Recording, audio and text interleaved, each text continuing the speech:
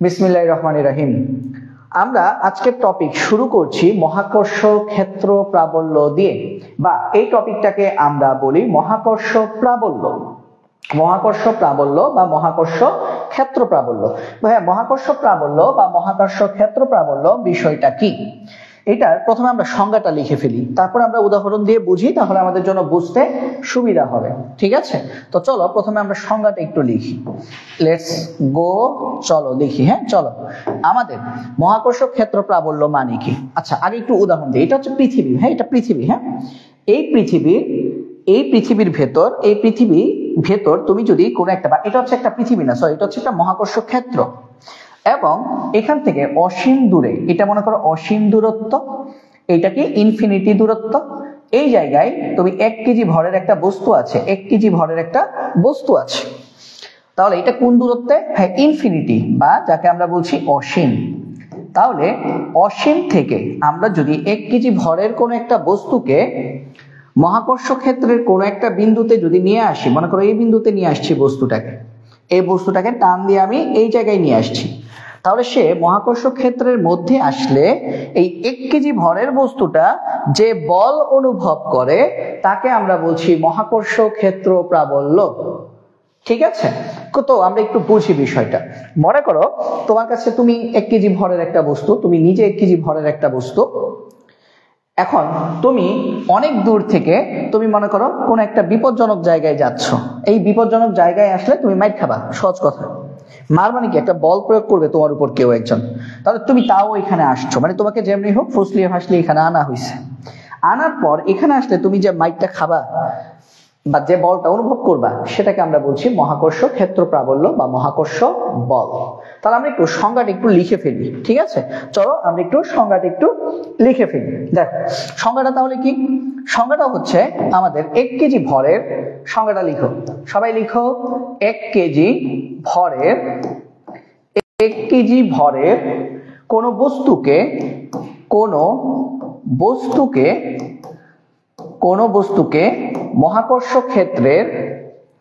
মহাকর্ষ ক্ষেত্রের কোনো বিন্দুতে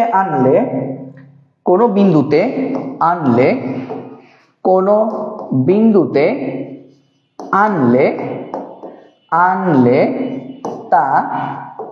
তা যে বল অনুভব করে তাকে মহাকর্ষ ক্ষেত্র প্রাবল্য বলে। কোথাকার? ওই বিন্দুর মহাকর্ষ ক্ষেত্র প্রাবল্য বলে। যে বিন্দুতে তুমি এনেছ ওই বিন্দুর মহাকর্ষ ক্ষেত্র প্রাবল্য বা মহাকর্ষ প্রাবল্য বলে। ভাই, মহাকর্ষ প্রাবল্য এখন পড়ছি, তারপরে স্লাইডে আমরা পড়বো মহাকর্ষ বিভব। এই দুইটা জিনিস দিয়ে আমাদের বোর্ড সিকিউ এসেছে 2-1 বার। তো আমরা যখন সিকিউ সলভিং করব তখন এটা ম্যাথমেটিক্যাল জিনিসগুলো দেখবো। এখানে ভাইয়া জাস্ট তোমাদেরকে জিনিসটার সংজ্ঞাটা কি আর ব্যাখ্যাটা বুঝিয়ে দিচ্ছি। ঠিক আছে, আজকের ক্লাসে। তাহলে খেয়াল করো, তুমি 1 কেজি ভরের কোন একটা বস্তুকে অসীম থেকে আনতে হবে, নট নেসেসারি। তো ভাই অসীমটা কেটে দিই, কারণ অসীম আসলে আমাদের সংজ্ঞার মধ্যে নাই। 1 কেজি ভরের কোন একটা বস্তুকে আমরা যদি মহাকর্ষ ক্ষেত্রের, এটা হচ্ছে মহাকর্ষ ক্ষেত্রে কোনো একটা বিন্দুতে যদি নিয়ে আসি, তাহলে ওই 1 কেজি ভরের বস্তুটা যখন এই বিন্দুতে এসেছে, তখন সে যেই বল অনুভব করবে তাকে আমরা বলছি ওই বিন্দুর মহাকর্ষ ক্ষেত্র প্রাবল্য। তাহলে মহাকর্ষ ক্ষেত্র প্রাবল্য কি ভাইয়া? এটা হচ্ছে একটা বল। এটা কি বল? 1 কেজি ভরের বা প্রতি কেজি বা প্রতি একক ভরের উপর অনুভূত বল। এটা কি? প্রতি একক ভরের উপর অনুভূত বলকে আমরা কি বলছি? মহাকর্ষ ক্ষেত্র প্রাবল্য। তাহলে এই কথাটা ভাই একটু লিখি যে সহজে বোঝার জন্য। মহাকর্ষ ক্ষেত্র প্রাবল্য কি? মহাকর্ষ ক্ষেত্র প্রাবল্য হচ্ছে 1 কেজি ভরের বস্তুর অনুভূত বল। এটা হচ্ছে আমাদের মহাকর্ষ ক্ষেত্র প্রাবল্য। কখন? যখন বস্তুটা মহাকর্ষ ক্ষেত্রের মধ্যে চলে আসবে। ঠিক আছে, যখন বস্তুটা মহাকর্ষ ক্ষেত্রের মধ্যে চলে আসবে।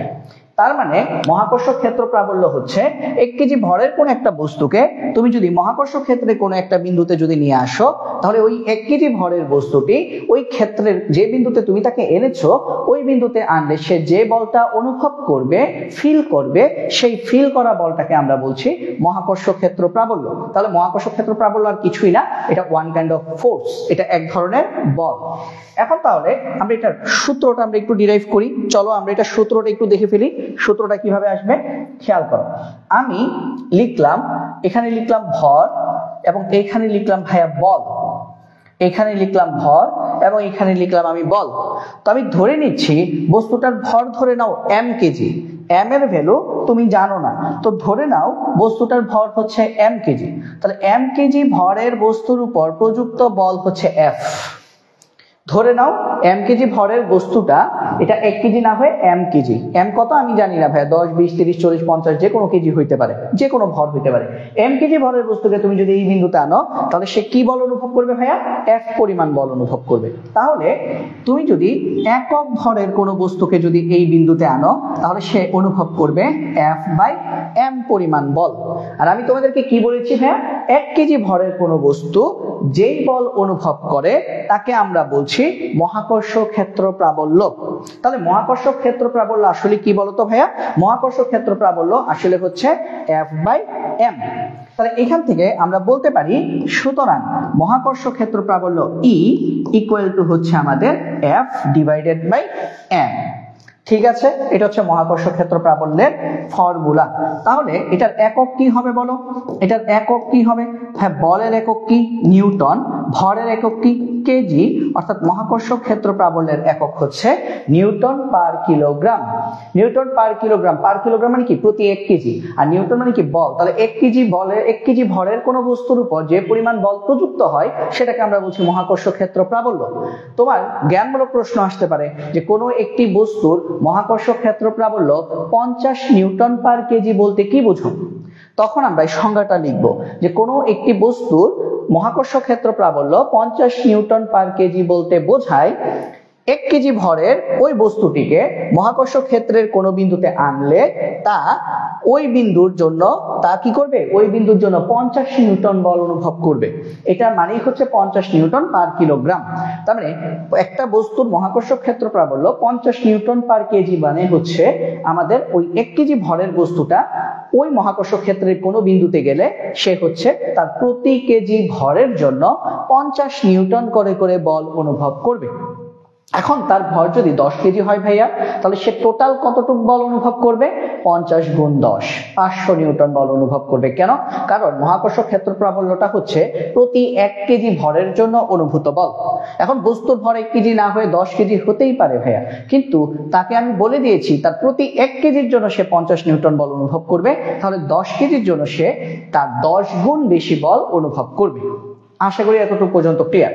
এখন আমরা যদি আরেকটু যদি তুলনা করি ভাইয়া, এই মহাকর্ষ ক্ষেত্র প্রাবল্যটা আসলে আর কিছুই না, এটা হচ্ছে আমাদের জি, অভিকর্ষজ ত্বরণ। কিভাবে? চলো একটু দেখি। এখন আমরা এখান থেকে জিনিসটা এইভাবে লিখতে পারি, দেখো তো এইভাবে লেখা যায় না? আমরা জিনিসটাকে এইভাবে লিখতে পারি। দেখো, এই যে আমি লিখলাম ই, আমি এটাকে এইভাবে লিখতে পারি ই সমান F/m। তাহলে বা ই সমান F ইকুয়াল টু কি যেন? mg, তাই না? mg divided by m। mm যদি কেটে দাও তাহলে মহাকর্ষ ক্ষেত্র প্রাবল্য আর কিছুই না, এটা আসলে অভিকর্ষজ ত্বরণের সমান। তাহলে মহাকর্ষ ক্ষেত্র প্রাবল্য ইজ ইকুয়াল টু আমরা অভিকর্ষজ ত্বরণ বলতে পারি। তাহলে বলতো অভিকর্ষজ ত্বরণের একক তো ভাইয়া মিটার পার সেকেন্ড স্কয়ার। তাহলে মহাকর্ষ ক্ষেত্র প্রাবল্যের ত্বরণ তো ভাইয়া মিটার পার সেকেন্ড স্কয়ার আমি দেখতে পাচ্ছি না, নিউটন পার কেজি। এই নিউটন পার কিলোগ্রামকে মিটার পার সেকেন্ড স্কয়ারে কনভার্ট করা যায় কিভাবে সেটা খেয়াল করো। এই যে দেখো আমি লিখি, এই যে এইটা লিখলাম, এটা সমান আমরা কি লিখতে পারি ভাই? নিউটন মানে কি? বল। বল মানে কি ভর গুণ ত্বরণ, F = ma। ভর মানে কি ভরের একক কেজি, ma ত্বরণের একক কি মিটার সেকেন্ড ইনভার্স 2, এবং আগে থেকে এখানে আছে একটা কেজি ইনভার্স 1। তাহলে খেয়াল করো তো এইখানে একটা কেজি, এখানে একটা কেজি ইনভার্স 1, যদি কেটে দাও তাহলে কত আসতেছে মিটার পার সেকেন্ড স্কয়ার আসতেছে। অর্থাৎ যাহাই নিউটন পার কিলোগ্রাম তাহাই কিন্তু মিটার পার সেকেন্ড স্কয়ার। অর্থাৎ আমরা বলতে পারি মহাকর্ষ ক্ষেত্র প্রাবল্য আর কিছুই না, এটা আসলে পৃথিবীর অভিকর্ষজ ত্বরণ। পৃথিবীর সাপেক্ষে পৃথিবীতে অভিকর্ষজ ত্বরণের মান আর মহাকর্ষ ক্ষেত্র প্রাবল্যের মান সেম। তাহলে পৃথিবীতে কোন একটা বস্তুর মহাকর্ষ ক্ষেত্র প্রাবল্যের মান কত 9.8 নিউটন পার কিলোগ্রাম। কেন? কারণ 9.8 হচ্ছে জি এর মান, 9.8 নিউটন পার কেজি। এটাকে আমরা কেজি ওয়েট বা এটাকে আমরা অভিকর্ষজ ত্বরণের হিসেবে ওজনের সমীকরণ বলি। মানে আমরা কোন একটা বস্তুর যদি ওজন যদি পরিমাপ করতে চাই, এই জন্য আমরা ওজন পরিমাপ করলে বস্তুটার ভরের সাথে 9.8 গুণ করি। কেন 9.8 গুণ করি ভাইয়া? কারণ প্রতি কেজি ভরের জন্য সে 9.8 নিউটন বল অনুভব করে। তার মানে যদি আমার ভর যদি 100 কেজি হতো তাহলে আমি টোটাল 980 নিউটন বল অনুভব করতাম। কেন? কারণ প্রতি কেজির জন্য 9.8 নিউটন বল অনুভব করছি, তার মানে 100 কেজির জন্য 100 গুণ 9.8 আমরা 980 নিউটন বল অনুভব করতাম আমি। তাহলে খেয়াল করে দেখো আমরা এটা বুঝলাম কিনা যে মহাকর্ষ ক্ষেত্র প্রাবল্য আর কিছুই না, মহাকর্ষ ক্ষেত্র প্রাবল্য হচ্ছে অভিকর্ষজ ত্বরণ জি এরই আরেকটা রূপ। তাহলে আমরা পুরো জিনিসটাকে আরেকবার একটু রিভিউ করব। কেন বলতো? কারণ এটা অনেক অনেক ইম্পর্টেন্ট একটা জিনিস, এবং আমি তোমাদেরকে এই মুহূর্তে এটার সিকিউ দেখাচ্ছি না, আমি তোমাদেরকে এটার সিকিউ যখন আমরা সিকিউ সলভিং ক্লাসে যাব তখন দেখাবো। এখন চলো আমরা দেখি তাহলে মহাকর্ষ ক্ষেত্র প্রাবল্য জিনিসটা কি। 1 কেজি ভরের কোনো একটা বস্তুকে আমি যদি মহাকর্ষ ক্ষেত্রের কোনো একটা বিন্দুতে যদি নিয়ে আসি, তাহলে ওই 1 কেজি ভরের বস্তুটি এই বিন্দুতে আসার পর যেই বল অনুভব করবে তাকে আমরা বলছি মহাকর্ষ ক্ষেত্র প্রাবল্য, ওই বিন্দুর মহাকর্ষ ক্ষেত্র প্রাবল্য। তাহলে এই সংজ্ঞাটা তোমরা মুখস্থ রাখবা, এটা সরাসরি জ্ঞানমূলক প্রশ্নে আসে। 1 কেজি ভরের কোনো বস্তুকে মহাকর্ষ ক্ষেত্রে কোনো বিন্দুতে আনলে তার যে বল অনুভব করে তাকে ওই বিন্দুর মহাকর্ষ ক্ষেত্র প্রাবল্য বলে। এখন আমরা এখানে এটার ডিরাইভ করেছি, প্রতিপাদন করেছি যে m কেজি বস্তুর ভর যদি m কেজি হয়, তাহলে m কেজি ভরের বস্তুটিকে আমরা যদি মহাকর্ষ ক্ষেত্র প্রাবল্যে কোনো বিন্দুতে আনি তাহলে সে f বল অনুভব করে, ধরে নিয়েছি। তাহলে 1 কেজি ভরের বস্তু f/m পরিমাণ বল অনুভব করবে। আর সংজ্ঞাতে আমরা পড়েছি 1 কেজি ভরের বস্তু যে বল অনুভব করে তাকে মহাকর্ষ ক্ষেত্র প্রাবল্য বলে। মহাকর্ষ ক্ষেত্র প্রাবল্যকে আমরা E দিয়ে প্রকাশ করি, অর্থাৎ E = f/m। f এর একক নিউটন, ভরের একক কিলোগ্রাম, অর্থাৎ মহাকর্ষ ক্ষেত্র প্রাবল্য E এর একটি একক হচ্ছে নিউটন পার কেজি। তারপর আমরা দেখেছি নিউটন মানে kg metre per second square, এবং এখানে আগে থেকে একটা কেজি ইনভার্স 1 আছে, কেজি ইনভার্স 1 কাটা, তার মানে আমরা বুঝতে পারলাম নিউটন পার কেজি যেই কথা, মিটার পার সেকেন্ড স্কয়ার একই কথা। এখন মিটার পার সেকেন্ড স্কয়ার কিসের একক ভাইয়া? অভিকর্ষজ ত্বরণ জি এর একক। আবার এখানে আমরা প্রমাণ করেছি E = f/m, f = mg, তাহলে mg/m, mm কাটা, তাহলে E = g। অর্থাৎ আমরা একক দিয়েও বুঝতে পেরেছি মহাকর্ষ ক্ষেত্র প্রাবল্যের একক এবং অভিকর্ষজ ত্বরণের একক সেম, এবং আমরা এইভাবেও বুঝতে পেরেছি সূত্রের মাধ্যমে কাটাকাটি করে আমরা বুঝতে পেরেছি E আর G সেম। অর্থাৎ মহাকর্ষ ক্ষেত্র প্রাবল্য আর কিছুই না, মহাকর্ষ ক্ষেত্র প্রাবল্য হচ্ছে আমাদের পৃথিবীর জন্য অভিকর্ষজ ত্বরণ। তো এতটুকু পর্যন্ত আমরা সবাই ক্লিয়ারলি বুঝতে পেরেছি কিনা আমাকে একটু জানাও, সবাই একটু জানাও। তো আমি দেখতে পাচ্ছি ইয়ামিন হামিদ হাত তুলছো, যদিও তুমি এসএসসি স্টুডেন্ট, তাও ক্লাসে আছো, ঠিক আছে থাকো। তারপরে হচ্ছে মার্জিয়া, ওয়ালাইকুম আসসালাম। তারপরে আমি দেখতে পাচ্ছি আমার বড় ভাই বাপের বড় পোলা, আমি আছি, ঠিক আছে ভাই, ঠিক আছে। তারপর হচ্ছে এমএসটি শিথিমণি, আসসালামু আলাইকুম। ওয়ালাইকুম আসসালাম। তো সবাই এতটুকু পর্যন্ত ক্লাসটা বুঝতে পেরেছো কিনা ভাইকে একটু কমেন্ট করে একটু জানাও। আমরা মহাকর্ষ ক্ষেত্র প্রাবল্য বুঝতে পারলাম কিনা আমরা একটু জানাই, তারপরে আমরা চলে যাব আমাদের পরের টপিকে। পরের টপিক হচ্ছে মহাকর্ষ বিভব। পরের টপিকটা হচ্ছে আমাদের মহাকর্ষ বিভব। তো আমরা যদি মহাকর্ষ ক্ষেত্র প্রাবল্য যদি বুঝতে পারি তাহলে এরপর আমরা মহাকর্ষ বিভবে চলে যাব। তো মহাকর্ষ ক্ষেত্র প্রাবল্য সবাই বুঝতে পেরেছো কিনা ভাইয়াকে একটু কমেন্ট একটু জানাও তো। ঠিক আছে ঐশ্বর্যি ক্লিয়ার, ওকে, নবনী ক্লিয়ার, ঠিক আছে। তারপরে আসো আমরা যাই মহাকর্ষ বিভব। হ্যাঁ, মহাকর্ষ বিভব পড়ার জন্য আমাদেরকে আসলে কাজ শক্তি ক্ষমতা ওই অধ্যায়ের একটা কনসেপ্ট আছে, সেটা একটু ধার করতে হবে। বাট অনলাইনে আমি কাজ শক্তি ক্ষমতার ওই কনসেপ্টটা পড়াই নাই, বাট আমি ওখান থেকে জিনিসটা ধার করে নিয়ে আসতেছি, যতটুকু চেষ্টা করব বোঝানোর, দেখো তোমরা বুঝতে পারো কিনা, ঠিক আছে, কারণ ওটা এখন আমরা পড়ানো হয় নাই। চলো দেখি মহাকর্ষ বিভব খুবই সিম্পল বিষয়। দেখো তুমি 1 কেজি ভরের বস্তুটাকে 1 কেজি ভরের একটা বস্তু, হ্যাঁ এটা হচ্ছে 1 কেজি ভরের একটা বস্তু। এই বস্তুটা তোমার এখানে আসলে, এই বিন্দুতে আসলে সে যে বল অনুভব করে সেটা হচ্ছে মহাকর্ষ ক্ষেত্র প্রাবল্য। বাট ভাইয়া এই বস্তুটা এখানে আসলে বল অনুভব করবে, বাট এখানে আনতে গেলে তোমার একে কি করতে হবে, একটু কাজ করতে হবে না? মনে করো তুমি তোমার কোন একটা ফ্রেন্ডকে বা তোমার কোন একটা মানে তাদের একটা কারণে তুমি হচ্ছে একটু ঝাড়ি দিতে চাও, একটু ধমক দিতে চাও, তো তুমি তাকে কিভাবে কি করবা? তুমি তাকে প্রথমে মনে করো ফোন দিলা, ফোন দিয়ে ভালোবেসে আদর করে ডাক দিলা, আসো এমন জায়গায় আসো, বিকালবেলা দেখা করি, কথা বলি, ফুচকা খাই, নাকি? তো তার সাথে কি, তার মানে কি, তাকে তুমি হচ্ছে তোমার জায়গায় আনার জন্য কিছু কাজ করা লাগবে না? কিছু কাজ করা লাগবে না? এরে মনে করো তুমি চাইতেছো ধরে মারবা। এখন তুমি যে যে মারবা, এর বাসায় গিয়ে তোর মারতে পারবে না, তুমি তারে কি করবা, ছলে বলে বসলো, তুমি হচ্ছে তারা ডাইকে এখানে আনবা। ঠিক আছে, এখন এই যে তুমি তাকে ডেকে এখানে আনতেছো, এই আনতে গিয়ে তোমার একটু কাজ করতে হচ্ছে না? এই 1 কেজি ভরের বস্তুকে মহাকর্ষ ক্ষেত্রের কোন বিন্দুতে আনতে যে কাজ করতে হয়, ওই কাজটাকে বলা হয় মহাকর্ষ বিভব। মহাকর্ষ প্রাবল্য, তাহলে বলো মহাকর্ষ বিভব আর মহাকর্ষ প্রাবল্যের মধ্যে কোনটা আগে ঘটে ভাইয়া? মহাকর্ষ বিভব আগে ঘটে। কেন?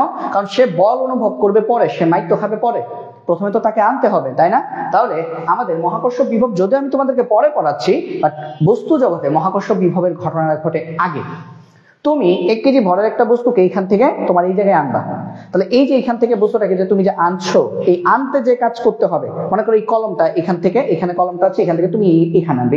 এই হাত হচ্ছে মহাকর্ষ ক্ষেত্র, এই যে বোঝো এই হাত হচ্ছে কি মহাকর্ষ ক্ষেত্র।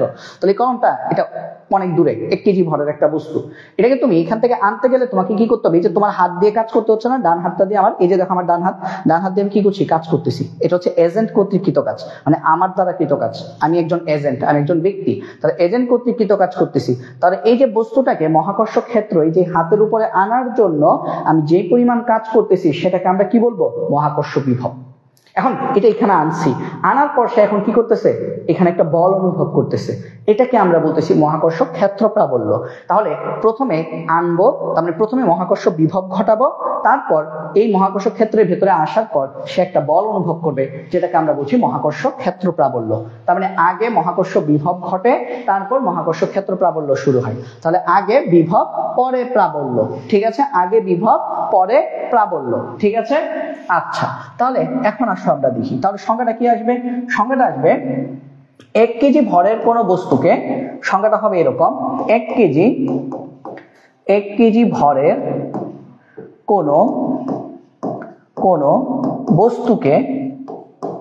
কোন বস্তুকে মহাকর্ষ ক্ষেত্রের কোন বিন্দুতে আনতে যে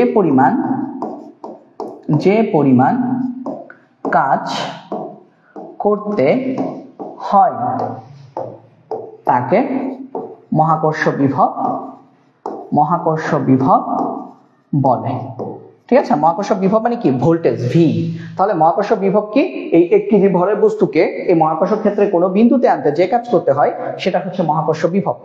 আর এখানে আসার পর সে যে বল অনুভব করে, সেই বলটাকে আমরা বলি মহাকর্ষ ক্ষেত্র প্রাবল্য। ঠিক আছে, তাহলে বিভব আর ক্ষেত্র প্রাবল্য আলাদা আলাদা জিনিস। এখন আমরা চলো একটু বুঝি। তাহলে মহাকর্ষ বিভব কি? মহাকর্ষ বিভবটা হচ্ছে 1 কেজি ভরের বস্তুকে আনতে কৃত কাজ, মানে শর্টকাট যদি বুঝাই, 1 কেজি ভরের বস্তুকে আনতে কৃত কাজ। আর ওটা কি ছিল? 1 কেজি ভরের বস্তুর উপর অনুভূত বল বা প্রযুক্ত বল, আর এটা হচ্ছে কি? কৃত কাজ। মহাকর্ষ ক্ষেত্র প্রাবল্য হচ্ছে বল, আর মহাকর্ষ বিভব হচ্ছে কাজ। তাহলে মহাকর্ষ বিভব একটা স্কেলার রাশি, কারণ কাজ একটা স্কেলার রাশি, আর বল কি? একটা ভেক্টর রাশি। অর্থাৎ এটা হচ্ছে আমাদের একটা স্কেলার রাশি। আর আগের স্লাইডে যেটা বের করেছি মহাকর্ষ প্রাবল্য, এটা হচ্ছে একটা ভেক্টর রাশি। কেন? কারণ এটাকে তুমি একটা দিক আছে, কোন দিকে এনেছো? মহাকর্ষ ক্ষেত্রের দিকে এনেছো। আর এটা কি? বিভব। বিভব হচ্ছে কৃত কাজ হচ্ছে স্কেলার রাশি। তাহলে মহাকর্ষ বিভব একটা স্কেলার রাশি, আর মহাকর্ষ ক্ষেত্র প্রাবল্য বা মহাকর্ষ প্রাবল্য এটা হচ্ছে একটা ভেক্টর রাশি। ওকে, এখন তাহলে আমরা একটু লিখি। দেখো, আমি এখানে লিখলাম ভর, এবং এখানে লিখলাম আমি কৃত কাজ। ভর এবং কৃত কাজ। তাহলে খেয়াল করো, m কেজি ভরের বস্তুকে আমি যদি আনি, ধরে নাও যে আমি m কেজির ভরের কোনো বস্তুকে, এটা 1 কেজি না হয়ে m কেজি ভরের কোনো বস্তুকে মহাকর্ষ ক্ষেত্রের এই বিন্দুতে আনতে আমার কৃত কাজ w। তাহলে একক ভরের বস্তু বা 1 কেজি ভরের বস্তুকে আনতে কৃত কাজ কত? w/m। আর ভাই w/m টাকে আমরা কি বলছি? মহাকর্ষ বিভব। কারণ কি 1 কেজি ভরের কোনো বস্তুকে আনতে যে কৃত কাজ করতে হয় তাকে আমরা বলছি মহাকর্ষ বিভব। তাহলে এটাই হচ্ছে আমাদের মহাকর্ষ বিভব, v = w/m। তাহলে মহাকর্ষ বিভবের আমাদের ফর্মুলাটা কি দাঁড়াচ্ছে? আমাদের w মানে কি? কাজ। কাজের একক কি ভাইয়া? জুল। ভরের একক কি? কেজি।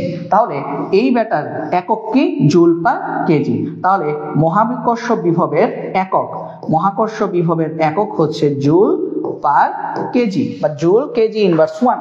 এটা হচ্ছে আমাদের মহাকর্ষ বিভবের একক। ঠিক আছে, এখন আসো আমরা এই সূত্রটাই কি ফাইনাল কিনা? না ভাইয়া, এই সূত্রটা ফাইনাল না। v = w/m এই সূত্রটা আমাদের হচ্ছে আমাদের ফাইনাল সূত্র না। এই সূত্রটাকে আমরা আরেকটু ব্যাখ্যা বিশ্লেষণ করব। সেই ব্যাখ্যা বিশ্লেষণের জন্য আমাদেরকে একটু কাজ শক্তি ক্ষমতা অধ্যায়ের দিকে যেতে হবে। এখন কাজ শক্তি ক্ষমতা অধ্যায়ের ওই বেসিক আমি এখনো পড়াই নাই, যদিও আমার ইউটিউবে আগের একটা প্লেলিস্টে কাজ শক্তি ক্ষমতার ফুল প্লেলিস্ট আছে, ফুল বেসিকের ক্লাস আছে 8টা ক্লাস, ওখানে গেলে তোমরা পাবা। আর হচ্ছে এই নতুন করে যে শুরু করেছি জানুয়ারি থেকে তোমাদের জন্য যে কোর্সটা শুরু করেছি, যে ক্লাসগুলো শুরু করেছি, এই ক্লাসগুলোতে আসলে এখনো পর্যন্ত আমি কাজ শক্তি ক্ষমতার ওই বেসিকটা পড়াই নাই। তাহলে চলো ওই বেসিকটা একটু দেখে আসি। কাজ শক্তি ক্ষমতার বেসিকটা কি ভাইয়া? কাজ শক্তি ক্ষমতার বেসিকটা হচ্ছে আমাদের এরকম যে আমি, এটা হচ্ছে আমার হচ্ছে ইনিশিয়াল একটা দূরত্ব আর আই। ইনিশিয়াল দূরত্ব মানে কি? এই যে এটা হচ্ছে আমাদের মহাকর্ষ ক্ষেত্র থেকে ইনিশিয়াল দূরত্ব আর আই, আর এই যে বিন্দুতে আসছে এটা কি? ফাইনাল দূরত্ব আর এফ। তাহলে এই দুইটার হিসেব করলে আমরা কাজ শক্তি ক্ষমতার সূত্রানুসারে আমরা আসলে কি পাই সেটা একটু লিখি। চলো তাহলে আমরা এই জায়গায় আমরা একটু লিখি যে আমরা আসলে কাজ শক্তি ক্ষমতা থেকে আমরা w এর মান বের করব। ঠিক আছে, তাহলে চলো দেখি, একটু লিখি। কাজ শক্তি ক্ষমতা, কাজ শক্তি ক্ষমতা। তাহলে ক্ষমতা অধ্যায় থেকে আমরা জানি, অধ্যায় থেকে আমরা জানি, যারা এটা আগে কোথাও পড়েছো বা আমার কাছেও পড়েছো তাদের কাছে এটা সহজ লাগবে। যারা এটা এখনো পড়োনি তোমাদেরকে আমি বলবো আপাতত নোট হিসেবে রেখে দাও, কাজ শক্তি ক্ষমতা যখন পড়াবো এই টপিকটা আবার পড়াবো, ঠিক আছে, তখন বুঝে ফেলবা। তাহলে এটা থেকে আমরা জানি w, আমি এখানে wটা বের করছি। এই যে w মানে হচ্ছে আমাদের gmm, g হচ্ছে আমাদের, এটা অলরেডি আমরা শিখেছি, মহাকর্ষীয় ধ্রুবক, m হচ্ছে পৃথিবীর ভর, আর ছোট হাতের m কি? বস্তুর ভর, ইনটু 1/ri মাইনাস 1/rf। এটা ভাই একটা ফর্মুলা, এটা আমরা কাজ শক্তি ক্ষমতার অধ্যায় থেকে এটা আমরা পড়বো বা এটা আমরা পড়েছি, কেউ পড়েছি। তাহলে এখান থেকে আমরা আসলে কি লিখতে পারি ভাইয়া? আর আই মানে কি? বস্তুটা ভাইয়া শুরুতে কোথায় ছিল বলতো? বস্তুটা শুরুতে ছিল অসীমে, একদম অসীমে। তাহলে আর আই মানে হচ্ছে ইনফিনিটি। তার মানে এখান থেকে আমরা লিখতে পারি gmm 1/∞ মাইনাস শেষে বস্তুটা কোথায় আছে? ধরে নাও শেষে বস্তুটা আছে আর দূরত্বে, বড় হাতের আর, কারণ পৃথিবীর ব্যাসার্ধ কি? Capital R. তাহলে আমরা এই সূত্রের জন্য আর এফ কে আমরা বলছি ক্যাপিটাল আর। তাহলে এখান থেকে আমরা আসলে কি লিখতে পারি বলতো? gmm 1/∞ মানে কি? 0। তাহলে 0 মাইনাস 1/r তার মানে কি? মাইনাস আর। তাহলে এটা কত আসবে? Into minus 1/r। এখন এই 1/r এর সাথে যদি gmm যদি গুণ করো তাহলে minus gmm divided by r। এটা কিসের ফর্মুলা ভাইয়া? এটা হচ্ছে কৃতকাজের ফর্মুলা। এখন এই w এর মানটা, এই যে gmm/r, এই ভ্যালুটা তুমি এখন এইখানে বসাবা। বসালে তুমি v এর এক্সাক্ট যে সূত্রটা আমাদের লাগবে সিকিউ করার জন্য সেই সূত্রটা পাবো। তাহলে এইখান থেকে আমরা যদি বসাই তাহলে আমরা লিখব সুতরাং v ইকুয়াল টু w সমান কি? w সমান হচ্ছে minus gmm divided by r, আর এখানে দেখো একটা m আছে, এই m দিয়ে দিলাম। এখন এই স্মল m কাটা, তার মানে ফাইনালি আমরা মহাকর্ষ বিভবের ফর্মুলা পাচ্ছি v equal to minus gm divided by r। এটা হচ্ছে আমাদের সিকিউ করার সময় লাগবে আমাদের মহাকর্ষ বিভব। এটা কিসের জন্য লাগবে? For CQ. সিকিউ যখন আমরা করব তখন আমাদের মহাকর্ষ বিভবের সূত্র লাগবে minus gm by capital R. এই সূত্রটা আমরা কোথা থেকে পেয়েছি ভাইয়া? কাজ শক্তি ক্ষমতা অধ্যায়ের এই কনসেপ্ট থেকে আমরা w এর মানটা বের করেছি, এবং এই w এর মানটা আমরা যখন এই ফর্মুলাতে বসিয়েছি তখন আমরা এটা পেয়েছি। তাহলে কাজ শক্তি ক্ষমতার এই কনসেপ্টটা আমাদের লাগবে। তাহলে চলো আমরা মহাকর্ষ বিভবটাকে আরেকবার একটু অ্যানালাইসিস করি বা আরেকবার একটু ব্রিফ করে দিই। মহাকর্ষ বিভব আর মহাকর্ষ প্রাবল্য একসাথে ব্রিফ করে দিচ্ছি, খেয়াল করো। মহাকর্ষ বিভব কি? মহাকর্ষ বিভব হচ্ছে আমাদের মহাকর্ষ বিভবটা কি? ঠিক আছে, সাউন্ড কি বলছো? সাউন্ড আপগ্রেড করেন। সাউন্ড আপগ্রেড করেন মানে কি? আমি তোমার কথা বুঝি নাই। হ্যাঁ, সাউন্ড আপগ্রেড করেন মানে কি ভাইয়া?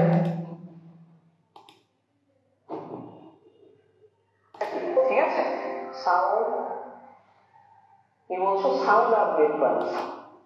সাউন্ড আপগ্রেড করেন মানে তুমি কি বুঝাইছো ভাইয়া? আমি আসলে নিজেও বুঝি নাই। ঠিক আছে, এক হচ্ছে সাউন্ড বাড়ান, সাউন্ড শুনতে পাচ্ছি না, সাউন্ড কম শোনা যাচ্ছে। আপগ্রেড মানে কি? হ্যাঁ, সাউন্ড আপগ্রেড করেন মানে কি জানি না। আচ্ছা দেখ, কিছু একটা হবে। ওকে চলো। আচ্ছা দেখো, তাহলে আমরা খেয়াল করি, আমরা তাহলে কি বললাম? আমরা তাহলে বললাম যে আমাদের মহাকর্ষ ক্ষেত্র প্রাবল্য আর মহাকর্ষ বিভব, মহাকর্ষ ক্ষেত্র প্রাবল্য আর মহাকর্ষ বিভব, এই দুইটা জিনিসের মধ্যে আমরা একটু জিনিসটা একটু তুলনা করি। মহাকর্ষ বিভবটা কি? 1 কেজি ভরের কোনো বস্তুকে মহাকর্ষ ক্ষেত্রের কোনো বিন্দুতে আনতে যে পরিমাণ কাজ করতে হয়, সেই কাজটাকে আমরা বলছি মহাকর্ষ বিভব।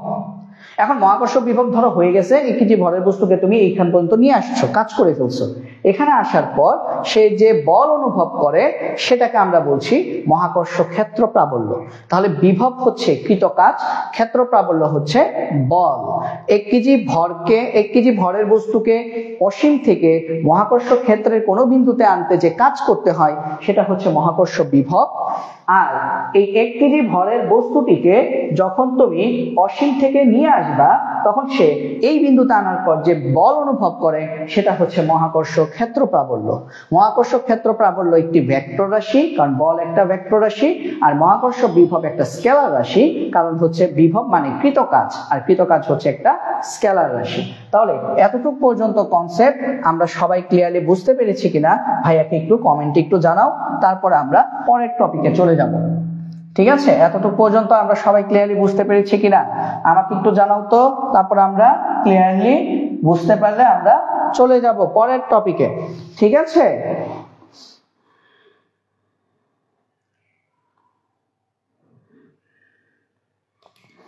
ঠিক আছে, এতটুকু পর্যন্ত সবাই বুঝতে পেরেছি কিনা ভাই একটু বলো তো, একটু বলো বলো বলো বলো বলো, একটু বলো, একটু বলো, সবাই বলো যে মহাকর্ষ ক্ষেত্র প্রাবল্য আর মহাকর্ষ বিভব এতটুকু পর্যন্ত আমরা সবাই বুঝতে পেরেছি কিনা। ঠিক আছে নবনী, ক্লিয়ার? ঠিক আছে, যদি ক্লিয়ার যদি হয়ে থাকে আমরা এতটুকু পর্যন্ত, তাহলে আমরা তারপরের টপিকে চলে যাই।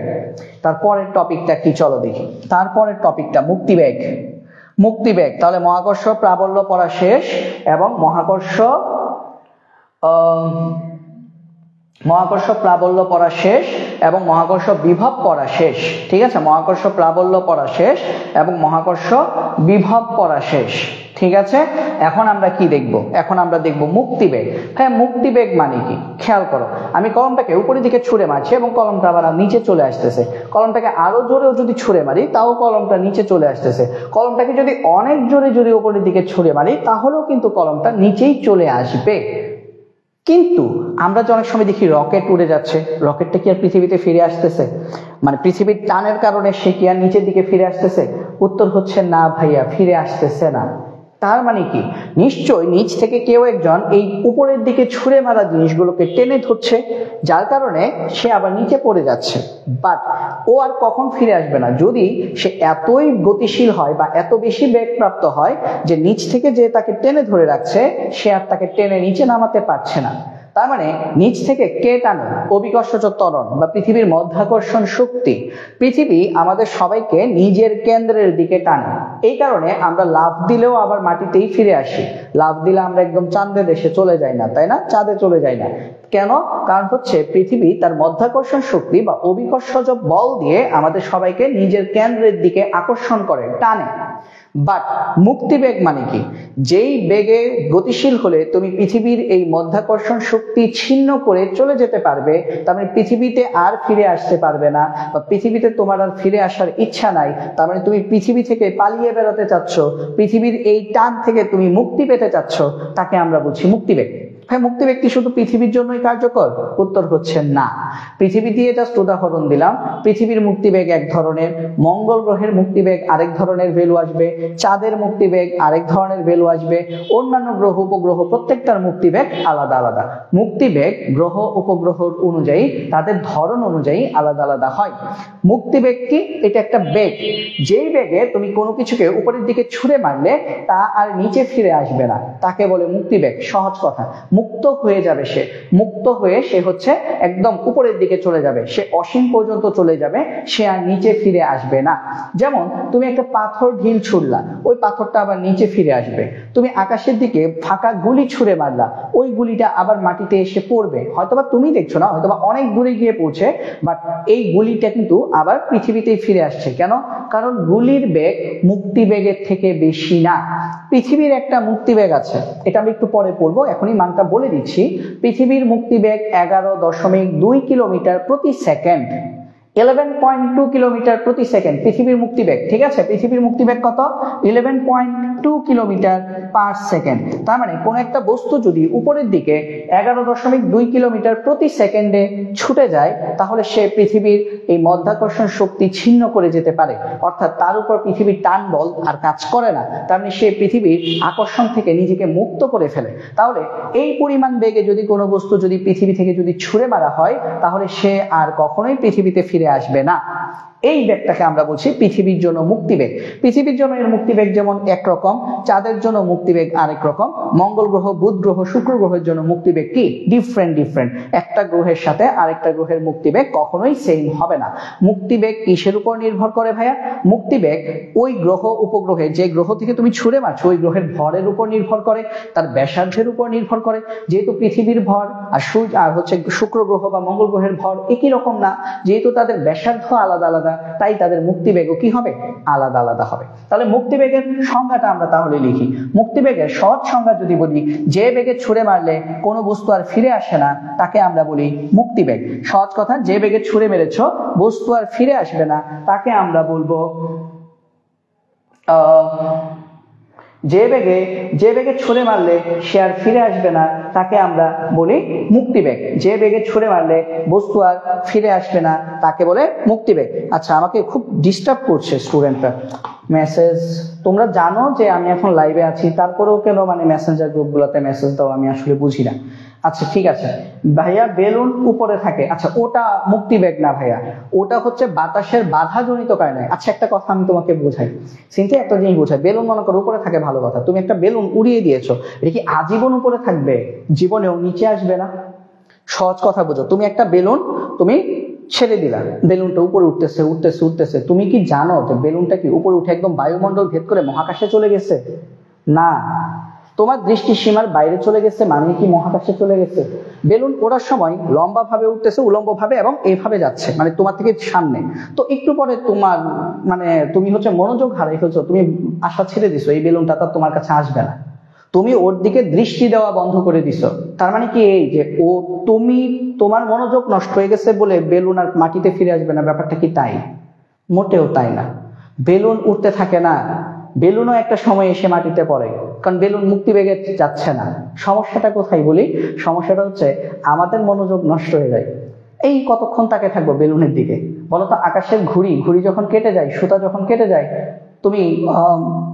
তুমি মনে করো চিন্তা করছো, আরে ঘুড়িটা মাটিতে পড়বে না, আমি হচ্ছে এক কাজ করি, আমি বাসায় চলে যাই। তুমি বাসায় চলে গেছো, ঘুড়িটা কি মহাকাশে চলে গেছে? হয়তোবা অনেক দূরে গিয়ে কোথাও ঘুড়িটা গিয়ে পড়ছে। তার মানে কি মুক্তিবেগ তো সে পায় নাই, সে কিন্তু মুক্তি পায় নাই, তুমি তোমার দৃষ্টি ওদিক থেকে ফিরিয়ে নিয়ে চলে আসছো। তার মানে কিন্তু এটা না যে ও হচ্ছে একদম মহাকাশে চলে গেছে। ঘুড়ি বলো, বেলুন বলো, এগুলো কিন্তু মুক্তিবেগে গতিশীল না। ঝামেলাটা কোথায় বলতো?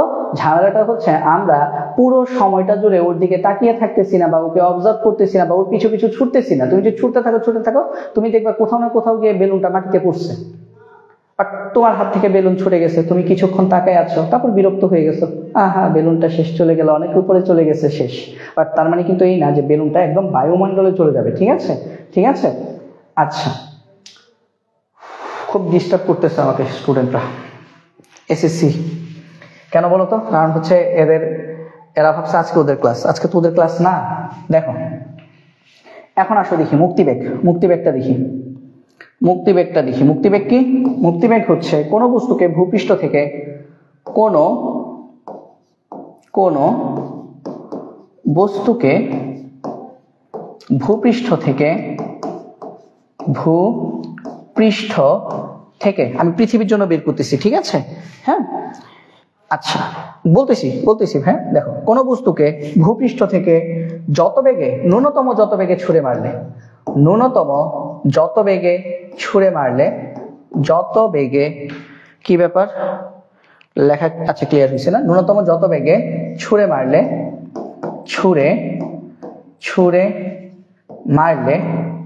তা আর ভূপৃষ্ঠে ফিরে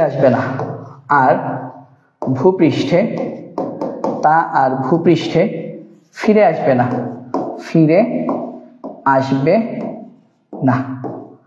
যত বেগে, ন্যূনতম মানে মিনিমাম যে বেগে তুমি ছুঁড়ে মারলে তার ভূপৃষ্ঠে ফিরে আসবে না, তাকে মুক্তিবেগ বলে। তাহলে মুক্তিবেগ কাকে বলে? কোন বস্তুকে যত বেগে ছুঁড়ে মারলে তা আর কখনোই ভূপৃষ্ঠে ফিরে আসবে না, পৃথিবীর সাপেক্ষে বের করতেছি, হ্যাঁ, তাকে মুক্তিবেগ বলে। এখন ভূপৃষ্ঠ না হয় যদি চন্দ্রপৃষ্ঠ হয়, তাহলে চন্দ্রপৃষ্ঠ থেকে ন্যূনতম যত বেগে ছুঁড়ে মারলে তার চন্দ্রপৃষ্ঠে ফিরে আসবে না, তাকে মুক্তিবেগ বলে। চাঁদের জন্য মুক্তিবেগ বলে। তাহলে মুক্তিবেগ কি? এটা একটা বেগ। কোন বেগ? এটা একটা বেগ। ঠিক আছে, কোন বেগ? এটা হচ্ছে আমাদের একটা বেগ। আচ্ছা, একটা মিনিট, হ্যাঁ, একটু একটা মিনিট, আমি মনোযোগ দিতে পারতেছি না।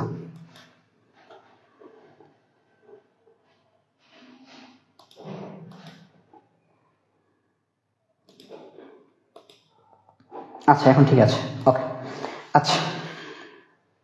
আচ্ছা দেখো, তাহলে মুক্তিবেগ কি? কোন বস্তুকে ভূপৃষ্ঠ থেকে ন্যূনতম যত বেগে ছুঁড়ে মারলে তার ভূপৃষ্ঠে ফিরে আসবে না, তাকে মুক্তিবেগ বলে। ঠিক আছে, মুক্তিবেগ হচ্ছে কোন বস্তুকে ভূপৃষ্ঠ থেকে ন্যূনতম যত বেগে ছুঁড়ে মারলে তার ভূপৃষ্ঠে ফিরে আসবে না, তাকে আমরা মুক্তিবেগ বলছি। এখন চলো আমরা একটু বুঝি মুক্তিবেগ জিনিসটা আসলে কি। চলো আমরা এটা একটু বুঝি। এটার জন্য আমাদের কাজ শক্তি ক্ষমতা সেই মানে আগের কনসেপ্টটাই লাগবে। ঠিক আছে, কাজ শক্তি ক্ষমতা আগের কনসেপ্টটা লাগবে। তো চলো আমরা একটু দেখি। মনে করো এটা হচ্ছে আমাদের পৃথিবী, হ্যাঁ, এটা হচ্ছে আমাদের পৃথিবী। তো এই পৃথিবীর ভর কি? পৃথিবীর ভর হচ্ছে আমাদের এম। এটা হচ্ছে আমাদের পৃথিবীর ভর, বড় হাতের এম। এটা হচ্ছে আমাদের পৃথিবীর ভর, এবং এই পৃথিবীর কেন্দ্র থেকে আমাদের এই যে দূরত্বটা, এটা কি? এটা হচ্ছে আর। এই আরটা কি? এই আরটা হচ্ছে পৃথিবীর ব্যাসার্ধ। এটা হচ্ছে আমাদের পৃথিবীর ব্যাসার্ধ।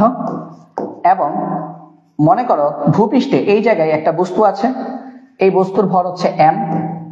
এটা হচ্ছে বস্তুর ভর, যাকে তুমি ছুঁড়ে মারবা উপরের দিকে, ছুঁড়ে মারবা, এবং এই বস্তুটাকে তুমি হচ্ছে উপরের দিকে ছুঁড়ে মেরেছ মুক্তিবেগে। মুক্তিবেগের ইংলিশ কি? Escape velocity. মুক্তিবেগের ইংলিশ হচ্ছে এসকেপ ভেলোসিটি। ভাইয়া, ওই এসকেপ ভেলোসিটির যে ই আছে, এই যে এই ইটাই হচ্ছে এখানে লেখা হয়েছে।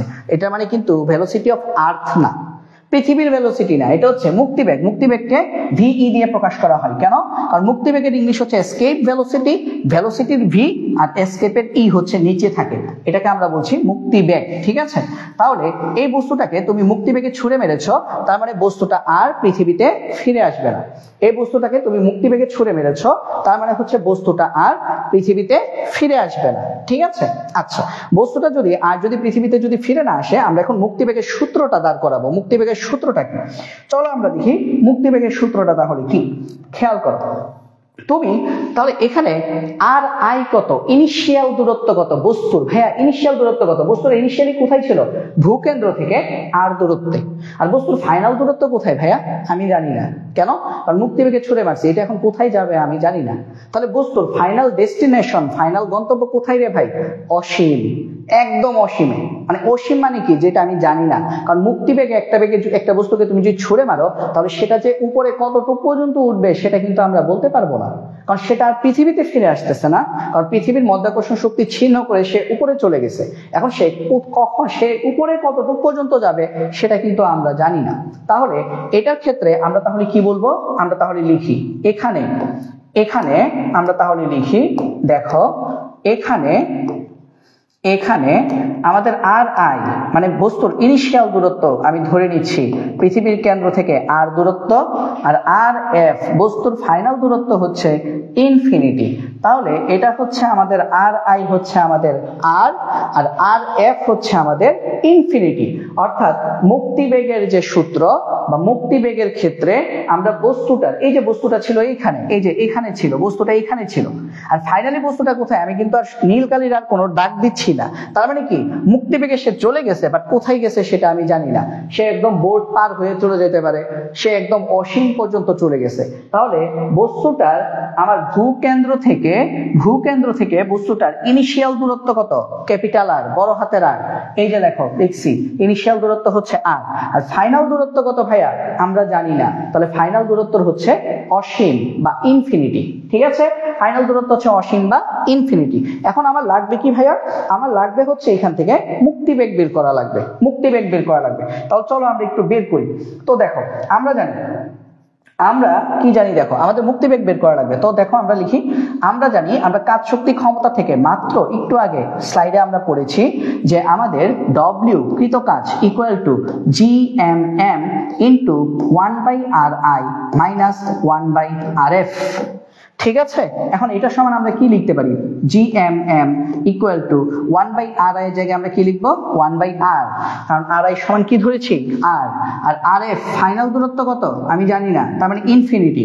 তাহলে এখান থেকে আমরা লিখবো GMM 1/ইনফিনিটি মানে কি 0, তাহলে 1/R থেকে 0 বিয়োগ করলে কত থাকে ভাইয়া 1/Rই থাকে। তার মানে আমরা পাচ্ছি W বা কৃত কাজ GMM ডিভাইডেড বাই R। এটা বের করে লাভ কি, এটা বের করে লাভ হচ্ছে তুমি যদি কোনো একটা বস্তুকে মুক্তিবেগে যদি নিক্ষেপ করতে চাও তাহলে তোমার কতটুকু কাজ করতে হবে ভাইয়া, এই পরিমাণ কাজ করতে হবে। কোন একটা বস্তুকে তুমি যদি মুক্তিবেগে যদি নিক্ষেপ করো তাহলে ওই নিক্ষেপ করতে তুমি মনে করো একটা ঢিল ছুঁড়ে মারছো উপরের দিকে, তাহলে তোমাকে এটা কতটুকু কাজ করতে হবে ভাইয়া, এই পরিমাণ কাজ করতে হবে। তাহলে এটার মানে কি, বাংলাতে একটু লিখে দিই, এটার মানে হচ্ছে কোনো বস্তুকে মুক্তিবেগে নিক্ষেপ করতে কৃত কাজ, মুক্তিবেগে নিক্ষেপ করতে কৃত কাজ। তো ভাই এটা যে মুক্তিবেগে নিক্ষেপ করতে কৃত কাজ সেটা আমাদেরকে কে বললো ভাইয়া, বলছি কে বললো, এটা যে মুক্তিবেগে কোনো বস্তুকে নিক্ষেপ করতে কৃত কাজ সেটা আমাদেরকে বলেছে RF। কেন, কারণ এই কৃত কাজটা করার ফলে আমি RF কত পেয়েছি ভাইয়া, ইনফিনিটি পেয়েছি। তার মানে বস্তুটা অসীমে চলে গেছে। বস্তুটা কখন অসীমে যাবে, যখন আমি তাকে মুক্তিবেগে নিক্ষেপ করব। তাহলে RF ইকুয়াল টু ইনফিনিটি, এই লাইনটা থেকে আমরা বুঝতে পেরেছি যে বস্তুটা মুক্তিবেগ প্রাপ্ত হয়েছে, অর্থাৎ বস্তুটা অসীমে চলে গেছে। তাহলে W হচ্ছে কোন বস্তুকে মুক্তিবেগে নিক্ষেপ করতে কৃত কাজ। ঠিক আছে, এখন তাহলে আমাদের তো লাগবে ভাইয়া মুক্তিবেগ, কৃত কাজ দিয়ে কি করব, ধুয়ে পানি খাবো না, আমরা পঞ্চম অধ্যায়ে আরেকটা জিনিস পড়বো, কাজ শক্তি উপপাদ্য। যারা আমার পঞ্চম অধ্যায়ের কুয়া থেকে পানি উত্তোলনের মানে ক্লাসগুলো করেছো, 2টা ক্লাস ছিল কুয়া থেকে পানি উত্তোলনের কৃত কাজ, তারা আবার এই জিনিসগুলো সম্পর্কে একটু জানো। ওইখানে আমরা কাজ শক্তি উপপাদ্যের একটা প্রয়োগ দেখেছিলাম। কাজ শক্তি উপপাদ্য কি, কাজ শক্তি উপপাদ্য হচ্ছে কৃত কাজ গতিশক্তি অথবা বিভব শক্তির পরিবর্তনকে কৃত কাজ বলে। কোন বস্তুর গতিশক্তির পরিবর্তন করেছো, গতিশক্তির পরিবর্তন কিভাবে করতে হয়, কাজের মাধ্যমে। কোন বস্তুর বিভব শক্তির পরিবর্তন করেছো, মানে এই মোবাইলটাকে এখান থেকে এখানে তুলেছো, তাহলে কি হয়েছে, উচ্চতার পরিবর্তন হয়েছে, ছিল নিচে তুলেছো উপরে, তাহলে কি হয়েছে, এই যে ছিল নিচে তুলেছো উপরে, তাহলে হাইট চেঞ্জ করেছো মানে কি, বিভব শক্তি চেঞ্জ করেছো। বিভব শক্তি চেঞ্জ করতে গিয়ে তোমার কি করতে হয়েছে ভাইয়া, হাতটাকে একটু উপরে তুলতে হয়েছে, কাজ করতে হয়েছে। তাহলে বিভব শক্তির পরিবর্তন মানে যেমন কৃত কাজ, ঠিক তেমনি গতিশক্তির পরিবর্তন মানেও হচ্ছে কৃত কাজ। তো আমরা কাজ শক্তি উপপাদ্য থেকে আমরা জানি, এই কথাটা আমরা এখন একটু লিখবো। তাহলে দেখো আমরা একটু লিখে ফেলি, এটা হচ্ছে আমাদের একটা পার্ট, এটা একটু এইভাবে রেখে দেই। আচ্ছা, আরেকটা পার্ট কি, আরেকটা পার্ট হচ্ছে কাজ শক্তি উপপাদ্য থেকে আমরা জানি। তাহলে লিখি কাজ শক্তি উপপাদ্য, কাজ শক্তি উপপাদ্য অনুসারে, কাজ শক্তি উপপাদ্য অনুসারে আমরা জানি কৃত কাজ সমান হচ্ছে গতি শক্তির পরিবর্তন। কৃত কাজ সমান গতি শক্তির পরিবর্তন। তো ভাইয়া গতি শক্তির পরিবর্তন মানে কি? হাফ এম ভি স্কোয়ার, কারণ গতিশক্তি মানে কি? Half M V square. তাহলে কৃত কাজ ডব্লিউ ইকুয়াল টু গতিশক্তি মানে কি? ইকে। তার মানে কাজ শক্তি উপপাদ্য অনুযায়ী আমরা বলতে পারি ডব্লিউ ইকুয়াল টু ইকে। এখন এই যে ইকে, এই ইকের ভেতরে ভাই লুকিয়ে আছে মুক্তিবেগ, কারণ ইকে মানে কি? Half M V square. এখানে ভিটা কি? যেন তেন বেগ না, এখানে ভিটা হচ্ছে মুক্তিবেগ। তার মানে এখানে ভি এর জায়গায় আমরা লিখবো ভিই। ঠিক আছে, তাহলে ডব্লিউ ইকুয়াল টু কত পেয়েছি? GMM by R, GMM divided by R, আর ইকে সমান আমরা লিখবো হাফ এম ভিই স্কোয়ার। এখন চলো একটু কাটাকাটি করা যাক। কাটাকাটিটা আমরা কিভাবে করব দেখো। কাটাকাটিটা করব, এই যে এম, এই যে এম কেটে দিলাম, তাহলে আমাদের এখানে আসছে জিএম বাই আর, এখানে আছে ভিই স্কোয়ার ডিভাইডেড বাই 2। তাহলে চলো এই জিনিসটাও আমরা একটু লিখে ফেলি। দেখো, তাহলে এখান থেকে আমরা লিখতে পারি, বা আমরা লিখতে পারি এখান থেকে যে বা আমাদের V square by 2, V E square divided by 2 সমান হচ্ছে আমাদের জিএম ডিভাইডেড বাই আর। তাহলে বা আমরা বের করবো কি? ভিই বের করব। তাহলে VE square equal to 2gm divided by R. তাহলে ভিই ইকুয়াল টু কত আসতেছে? ভিই ইকুয়াল টু আসতেছে √2gm ডিভাইডেড বাই আর। এটা কিসের সূত্র? এটাই হচ্ছে আমাদের বিখ্যাত মুক্তিবেগের সূত্র। এটা হচ্ছে মুক্তিবেগের সূত্র। মুক্তিবেগ VE equal to √2gm by R. তো এতটুকু পর্যন্ত সবাই ক্লিয়ারলি বুঝতে পেরেছো কিনা ভাইয়া? আমাকে একটু কমেন্টে একটু জানাও। এতটুকু পর্যন্ত ক্লিয়ারলি আমরা সবাই বুঝতে পেরেছি কিনা? সবাই একটু কমেন্টে একটু জানাও। সবাই একটু কমেন্টে একটু জানাও তো একতটুকু পর্যন্ত আমরা সবাই ক্লিয়ার কিনা? কাজ শক্তি উপপাদ্য অনুসারে আমরা এই জিনিসটা পেয়েছি। এবং চলো তো আমরা দেখি এই জিনিসটাকে আমি একটু আলাদা করে দেই সবার থেকে। ঠিক আছে, এই ঠিক আছে। তো এতটুকু পর্যন্ত সবাই ক্লিয়ার কিনা ভাই? একটু বলো যে মুক্তিবেগ VE equal to √2gm by R বের করেছি। এতটুকু পর্যন্ত বুঝতে কারো কোনো সমস্যা আছে কিনা? আর আই এবং আর এফ বুঝেছো কিনা? তারপর কাজ শক্তি উপপাদ্য অনুসারে কৃত কাজ সমান গতি শক্তির পরিবর্তন, এই কথাটা তোমাদের মাথায় ঢুকেছে কিনা? ফাইনালি আমরা ভিই সমান √2gm ডিভাইডেড বাই আর, এটা তোমাদের মাথায় ঢুকলো কিনা? তো নবনী বলছো জি ভাইয়া ক্লিয়ার। বাকিরা একটু জানাও তো আমাকে যে তোমরা সবাই ক্লিয়ারলি বুঝতে পেরেছো কিনা? বাকিরা একটু জানাও। বাকিরা বলো তো ক্লিয়ার কিনা?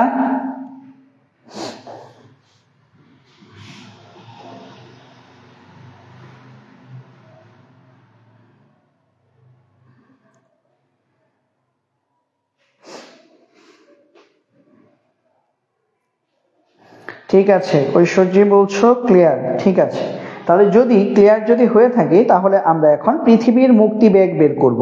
আমরা এখন কি করব ভাইয়া? আমরা এখন পৃথিবীর মুক্তিবেগ বের করব। পৃথিবীর মুক্তিবেগ। আচ্ছা, এটা বের করার আগে আমরা ছোট একটা কাজ করব ভাই। পৃথিবীর মুক্তিবেগ, এখানে আসলে স্লাইডার জায়গা নাই, তো আমি একটা কাজ করি। এই যে মুক্তিবেগ VE divided by V equal to 2gm by R, এটাকে আরেকটু বিশ্লেষণ করা যায়। সেই বিশ্লেষণটা আমরা একটু দেখে ফেলি। হ্যাঁ, মানে ওই স্লাইডে তো আর জায়গা হচ্ছে না, একটু এদিকে একটু দেখি। দেখো, এটাকে আমরা আরো কিভাবে লিখতে পারি সেটা একটু খেয়াল করো। এটাকে আমরা এভাবে লিখতে পারি। দেখো, পৃথিবীর মুক্তিবেগ পরে বের করতেছি, এই পাশে একটু ছোট করে নিয়ে লিখে ফেলি ওই অংশটার পরে। এই যে এইটা এখানে আসছে, ঠিক আছে, এটা এখানে আসছে, ঠিক আছে, একটু বুঝে নাও। এটা এখানে আসছে, তাহলে কিভাবে আসছে দেখো। তাহলে ভিই সমান আমরা কি পেয়েছি? √2gm বাই আর। খুব ভালো কথা। এখন তোমরা পড়েছো একটা জিনিস, খেয়াল করো। √2 লিখলাম, 2 into gm by R square, এই জিনিসটা তোমরা পড়েছো না? এই gm বাই আর স্কোয়ার মানে কি ভাইয়া? ছোট হাতের g, small g equal to gm by R square. এবং খেয়াল করো, আমার এখানে আছে gm বাই আর, আমি এখানে নিয়েছি আর স্কোয়ার, তাহলে নিচে একটা আর বেশি নিয়েছি না? নিচে একটা আর বেশি নিলে কি করতে হবে? উপরেও একটা আর লিখতে হবে। তাহলে আর, এইখানে আর স্কোয়ার কাটা যে আমার আবার উপরের লাইনটাই আসতেছে। বাট সুবিধা কি জানো? সুবিধা হচ্ছে এই যে gm বাই আর স্কোয়ার, এটার জায়গায় এখন তুমি লিখতে পারবা ছোট হাতের g আর। তাহলে মুক্তিবেগকে আমরা এটা দিয়েও সংজ্ঞায়িত করতে পারি বা মুক্তিবেগের ফর্মুলা কিন্তু আমাদের এটাও। মুক্তিবেগের ফর্মুলা হচ্ছে আমাদের দুই রকম, একটা হচ্ছে মুক্তিবেগ v ইকুয়াল টু √2gm/r। এটা কখন বসাবো? যখন আমাদের কোন একটা গ্রহের, পৃথিবী না হয়ে অন্য গ্রহ হতেও পারে, কোন একটা গ্রহের ভর যখন দেওয়া থাকবে m, তখন মুক্তিবেগের ফর্মুলা হবে এটা। আর যখন কোন একটা গ্রহের অভিকর্ষজ ত্বরণ ছোট হাতে জি দেওয়া থাকবে, তখন মুক্তিবেগের ফর্মুলা হবে এটা। এটা কিভাবে আসছে? ওই যে gm/r, gm/r কে আমরা লিখেছি gm/r²। তাহলে এখানে r² করতে হলে উপরে একটা r দিয়ে গুণ করেছি, তাহলে এই r আর এই r² যদি কাটি তাহলে একটা r কেটে যায়, এটা আবার ঘুরে ফিরে 2gm/r হয়। তাহলে মুক্তিবেগের ফর্মুলা আমাদের হচ্ছে হয় ve ইকুয়াল টু √2gm/r অথবা ve ইকুয়াল টু √2gr। তাহলে ফাইনালি আমরা লিখতে পারি মুক্তিবেগ ve, এটা কিন্তু পৃথিবী না, যে কোনো জিনিসের মুক্তিবেগ পৃথিবীর সাপেক্ষে হতে হবে এরকম না, এটা সমান কি 2gm/r, আর এটা সমানই আমরা লিখতে পারি √2gr। তাহলে এই পুরোটা জিনিস হচ্ছে আমাদের মুক্তিবেগের ফর্মুলা। মুক্তিবেগ কি? ন্যূনতম মানে মিনিমাম যে বেগে ছুঁড়ে মারলে কোনো জিনিস আর ফিরে আসবে না, সেটাকে আমরা বলছি মুক্তিবেগ। ঠিক আছে, তো আমি আশা করি এখন কনসেপ্টটা ক্লিয়ার সবার কাছে। এখন আসলে আমরা পৃথিবীর মুক্তিবেগ নির্ণয় করি। চলো দেখি পৃথিবীর মুক্তিবেগটা কত আসে। দেখো পৃথিবীর মুক্তিবেগ, তাহলে আমরা লিখব পৃথিবীর মুক্তিবেগ, পৃথিবীর মুক্তিবেগ VE ইকুয়াল টু কত আসবে, বা এটাকে আমরা এইভাবে লিখতে পারি, VE হচ্ছে মুক্তিবেগ, কার মুক্তিবেগ? আর্থের মুক্তিবেগ। ব্র্যাকেটের নিচে যে ইটা দিয়েছি সেটা হচ্ছে পৃথিবী বুঝিয়েছি। তাহলে পৃথিবীর এসকেপ বা আর্থের এসকেপ ভেলোসিটি বা এসকেপ ভেলোসিটি অফ আর্থ, তাহলে escape velocity of earth equal to কত আসবে? 2gm/r। তো এখানে m কি হবে? me, আর কি হবে ভাইয়া? re। ই না দিলেও চলে, আমরা ই দেওয়ার দরকার নাই, বাট ই দিলে আসলে একটু বোঝা যায় যে আসলে এটা আমি পৃথিবী বুঝিয়েছি, দরকার নেই। এখন খেয়াল করো, যখন আমি পৃথিবী নিয়ে কাজ করতেছি তখন এমটা কি হবে ভাইয়া? পৃথিবীর ভর, আরটা কি হবে? পৃথিবীর ব্যাসার্ধ। তাহলে আমরা বসিয়ে দিই, চলো। যদি আমি বসাই 2 ইন্টু জি কত? 6.673 ইন্টু 10⁻11, এম কত? এম হচ্ছে 6 ইন্টু 10⁻24 কেজি ডিভাইডেড বাই আর কত? 6.4 ইন্টু 10⁻6 মিটার। তো আমরা যদি এটা ক্যালকুলেশন করি তাহলে আমাদের কত আসে? 11,185.65 এত মিটার পার সেকেন্ড আসবে। তো ভাই যদি কিলোমিটারে যদি নিতে চাই তাহলে কিলোমিটারে নিলে কত আসবে? 1000 দিয়ে ভাগ করব, কারণ 1 কিলোমিটার সমান 1000 মিটার, ভাগ করলে এটা আসবে 11.2 কিলোমিটার পার সেকেন্ড। তো আমি একদম শুরুতেই বলেছিলাম পৃথিবীর মুক্তিবেগ 11.2 কিলোমিটার প্রতি সেকেন্ড। তাহলে দেখো আমরা কিন্তু পেয়ে গেছি। তাহলে সুতরাং পৃথিবীর মুক্তিবেগ VE অফ আর্থ এটা আসলে আমাদের 11.2 কিলোমিটার পার সেকেন্ড। তার মানে কোন একটা বস্তুকে তুমি যদি পৃথিবী থেকে একদম মুক্ত করে দিতে চাও, অসীমে যদি পাঠিয়ে দিতে চাও, তাহলে তাকে মিনিমাম 11.2 কিলোমিটার প্রতি সেকেন্ডে ছুঁড়ে মারতে হবে। এর থেকে কমে মারলে হবে না, এর থেকে বেশি তুমি যেভাবে ইচ্ছা সেভাবে মারো। তুমি 20 কিলোমিটার প্রতি সেকেন্ডে মারো, কোনো না নেই, বাট মিনিমাম 11.2 কিলোমিটার পার সেকেন্ডে তোমার ছুঁড়ে মারতে হবে। তুমি যদি এখানে 11.2 এর জায়গায় তুমি যদি 10 কিলোমিটার প্রতি সেকেন্ডে যদি ছুঁড়ে মারো, তাহলেও সেটা ভূপৃষ্ঠে আবার ফিরে আসবে। তোমার দৃষ্টিসীমার বাইরে হয়তো বা চলে যাবে, আর তারপরে আবার সেটা ভূপৃষ্ঠে ফিরে আসবে। ঠিক আছে, তো এই হচ্ছে আমাদের মুক্তিবেগের টোটাল কনসেপ্ট। আমরা প্রথমে মুক্তিবেগের কনসেপ্ট শিখলাম। মুক্তিবেগ VE ইকুয়াল টু আমরা শিখেছি √2gm/r অথবা √2gr। এটা আমাদের মুখস্থ রাখতে হবে, ভেরি ভেরি ইম্পর্টেন্ট। তারপর আমরা সেখান থেকে পৃথিবীর মুক্তিবেগ নির্ণয় করলাম। পৃথিবীর মুক্তিবেগ আসছে 11.2 কিলোমিটার প্রতি সেকেন্ড। অর্থাৎ ভূপৃষ্ঠ থেকে যদি তোমাকে ধরে যদি আমরা সবাই যদি উপরের দিকে যদি মেঘলা মারি, উপরের দিকে যদি ছুঁড়ে মারি, তাহলে মিনিমাম 11.2 কিলোমিটার প্রতি সেকেন্ডে ছুঁড়ে মারতে হবে, তাহলে আর তুমি পৃথিবীতে ফিরে আসবে না। তুমি উইদাউট পাসপোর্ট, উইদাউট ভিসা, কোনো কিছু বাদেই তুমি হচ্ছে একদম মহাকাশ ভ্রমণ করে চলে আসতে পারবা। ঠিক আছে, এখন চলে আসতে পারবে কিনা সেটা বলা যাচ্ছে না, কারণ মুক্তিবেগে ছুঁড়ে মারলে তোমার গন্তব্য হবে অসীম। অসীম থেকে তুমি অসীম যে কোথায় সেটা তো আমরা জানি না। কথা কি বোঝা গেছে? তাহলে এই হচ্ছে আমাদের মুক্তিবেগের ফর্মুলা। তো সবাই মুক্তিবেগের কনসেপ্টটা ভালোভাবে বুঝতে পেরেছো কিনা ভাইয়াকে একটু কমেন্ট একটু জানাও তো। আমরা সবাই মুক্তিবেগ বুঝতে পারলাম কিনা সেটা একটু জানি। চলো সবাই একটু বলো মুক্তিবেগের কনসেপ্ট সবাই বুঝতে পেরেছো কিনা? আমি একটু দেখি সবাই বুঝতে পেরেছো কিনা, আমাকে একটু জানাও তো সবাই মুক্তিবেগের কনসেপ্টটা সবাই বুঝতে পেরেছো কিনা। যারা আছো বলো, বলো মুক্তিবেগের কনসেপ্ট আমরা সবাই বুঝলাম কিনা?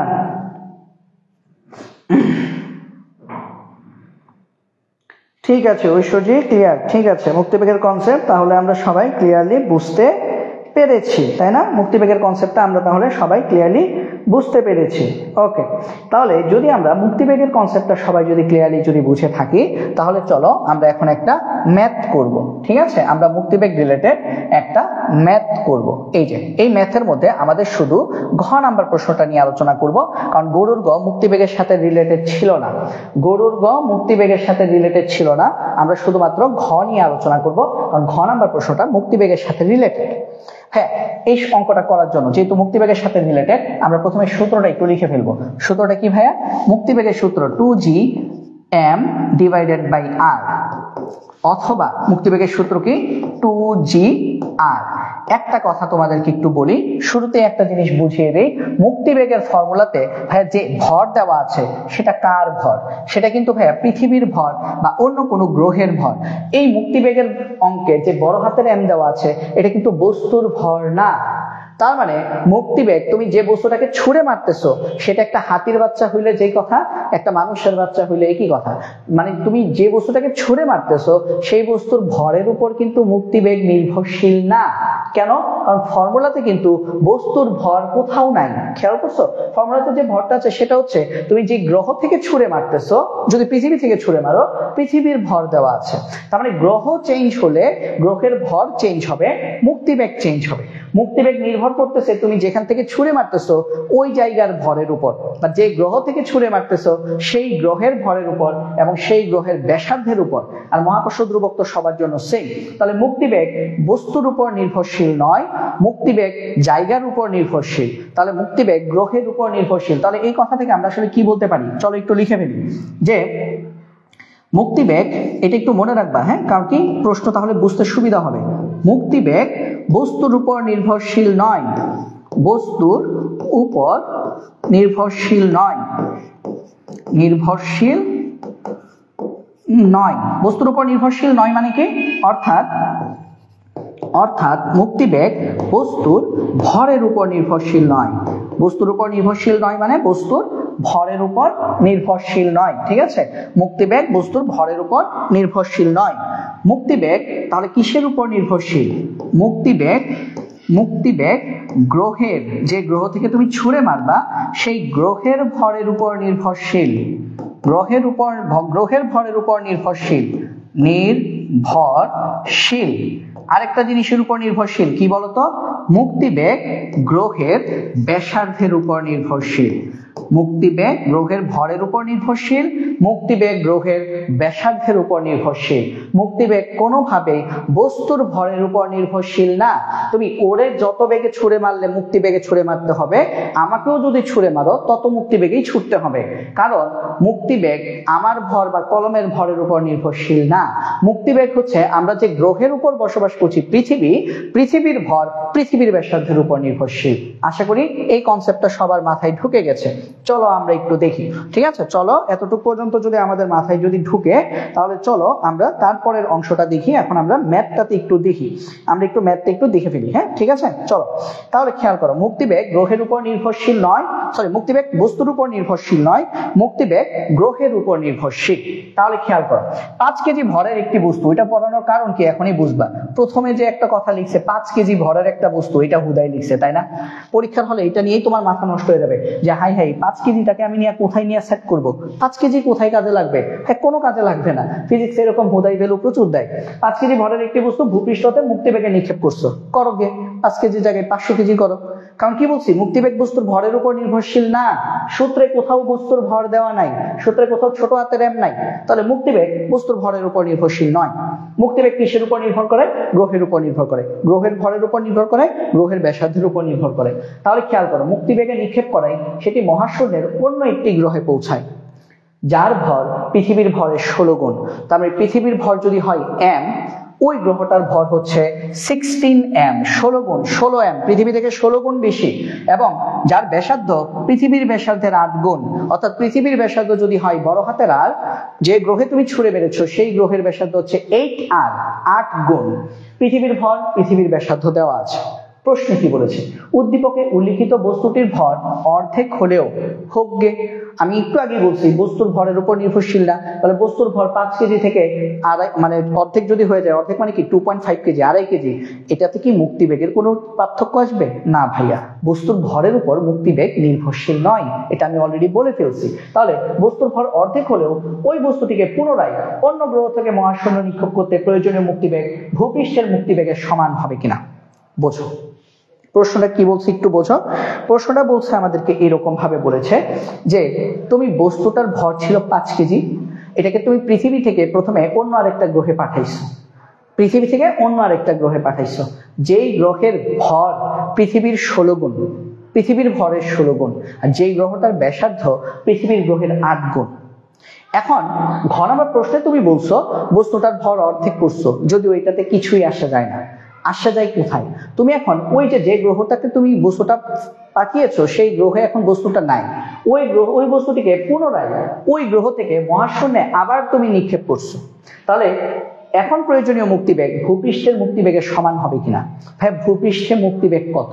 11.2 কিলোমিটার পার সেকেন্ড, প্রতি সেকেন্ডে। ভূপৃষ্ঠে মুক্তিবেগ কত?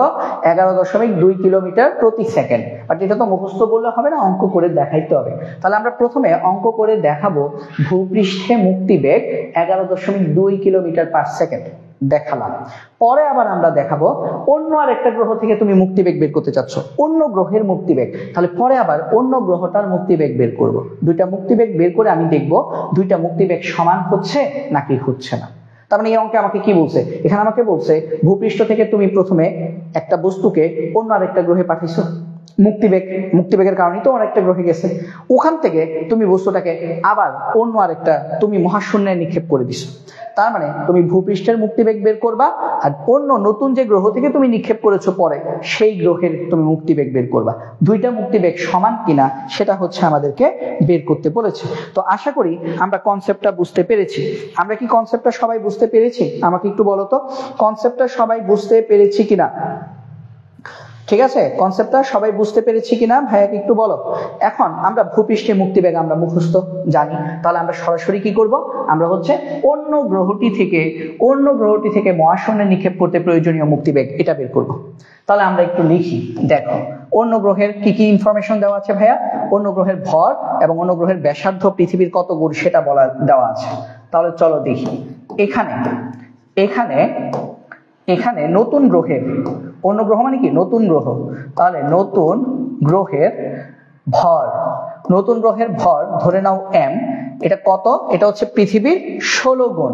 তাহলে যেহেতু এটা একটা নতুন গ্রহ, তাহলে বা এটাকে বলতে পারো অজানা গ্রহ বলো, তাহলে ভালো হবে। অজানা, অন্য গ্রহ মানে কি অজানা গ্রহ। অজানার ইংলিশ কি আননোন। তাহলে এটাকে x দিয়ে প্রকাশ করি, তাহলে অজানা গ্রহের ভর mx ইকুয়াল টু কত? পৃথিবীর ভরের 16 গুণ 16m। তাহলে পৃথিবীর ভরের 16 গুণ সমান কত একটু বের করে ফেলো। তাহলে mx ইকুয়াল টু কত আসবে? 16 into 6 into 10 to the power 24 KG. তাহলে এটা হিসাব করলে mx ইকুয়াল টু কত আসবে? mx ইকুয়াল টু আসবে 9.6 into 10 to the power 25 KG. তাহলে অজানা গ্রহটার ভর হচ্ছে এত। আবার অজানা গ্রহের ব্যাসার্ধ কত ভাইয়া? খেয়াল করো, অজানা গ্রহের ব্যাসার্ধ কত? অজানা গ্রহের ব্যাসার্ধ হচ্ছে আমাদের rx ইকুয়াল টু হচ্ছে আমাদের পৃথিবীর ব্যাসার্ধের 8 গুণ, অর্থাৎ পৃথিবীর ব্যাসার্ধ কত? 8 গুণ। পৃথিবীর ব্যাসার্ধ হচ্ছে r এর 8 গুণ। তাহলে পৃথিবীর ব্যাসার্ধ কত প্রশ্নে দেওয়া আছে? 6.4 into 10 to the power 3 kilometre. তাহলে মিটারে নিলে কত হবে?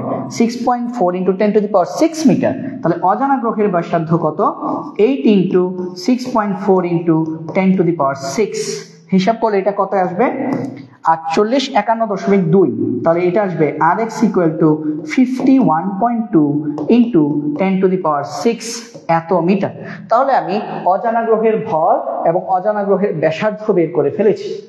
ভাই প্রথমেই ক্লিয়ার করে ফেলছি যে বস্তুর ভর যে তুমি অর্ধেক করছো বা বস্তুর ভর শুরুতে যে 5 কেজি ছিল, এই জিনিসগুলো হুদাই দিয়েছে আমাদেরকে কনফিউজ করার জন্য। পরীক্ষার হলে যারা এই জিনিসটা নিয়ে মাথা ঘামাবে তারা বলো, কারণ কি? কারণ মুক্তিবেগের সূত্রে আমার বস্তুর ভরের কোনো কাজ নেই, ঠিক আছে, এটা দিয়েছে শুধুমাত্র তোমাদেরকে কনফিউজ করার জন্য। তাহলে আমরা কি কি পেয়ে গেলাম? আমরা অজানা গ্রহটার ভর পেয়ে গেলাম, এই যে 9.6 × 10⁻25 কেজি, এবং অজানা গ্রহটার আমরা ব্যাসার্ধ পেয়ে গেলাম 51.2 × 10⁶ মিটার। এখন আমরা কি করব? অজানা গ্রহের মুক্তিবেগ বের করব, এবং আমাদেরকে কম্পেয়ার করতে বলেছে এই অজানা গ্রহের যে মুক্তিবেগ, প্রয়োজনীয় মুক্তিবেগ, সেটা ভূপৃষ্ঠের মুক্তিবেগের সমান হবে কিনা। তাহলে আমরা লিখব, সুতরাং অজানা গ্রহের মুক্তিবেগ, অজানা গ্রহের মুক্তিবেগ, অজানা গ্রহের মুক্তিবেগ। হ্যাঁ, মুক্তিবেগের ইংলিশ কি? এসকেপ ভেলোসিটি, ভিই কার? অজানা গ্রহের। তাহলে ভিই অফ এক্স লিখলাম ইকুয়াল টু কি আসবে? 2gm divided by R. তো আমি এম এর জায়গায় লিখবো mx, আর এর জায়গায় লিখবো rx, মান বসিয়ে দিব। তাহলে আমার ভিই অফ এক্স বা অজানা গ্রহের মুক্তিবেগ বেরিয়ে আসবে। মান বসিয়ে দাও। 2 ইন্টু জি কত? 6.673 ইন্টু 10⁻11 ইন্টু এম কত? এম হচ্ছে আমাদের 9.6 ইন্টু 10⁻25, ঠিক আছে, ডিভাইডেড বাই, এই গুণটা উপরেই হবে, জায়গা নেই, নিচে লিখছি। আর কত? আর হচ্ছে 51.2 ইন্টু 10⁶।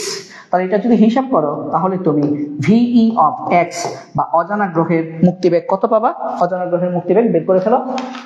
অজানা গ্রহের মুক্তিবেগ পাবা √2 into 6.673 into 10⁻11 into 9.6 into 10⁻25 divided by 51.2 into 10⁶। হিসাব করলে আসবে 15,818.89 বা 9 এত মিটার পার সেকেন্ড। তুমি এটাকে কিলোমিটার পার সেকেন্ডে নিয়ে যাও, 1000 দিয়ে ভাগ করে দাও, 1000 দিয়ে ভাগ করলে এটা আসবে 15.818, তার মানে 15.82 কিলোমিটার প্রতি সেকেন্ড। কিন্তু ভাইয়া ভূপৃষ্ঠে মুক্তিবেগ আমাদের মুখস্থ, ওটা আমরা লিখবো এখন। আমরা জানি ভূপৃষ্ঠে মুক্তিবেগ 11.2। আমরা জানি ভূপৃষ্ঠে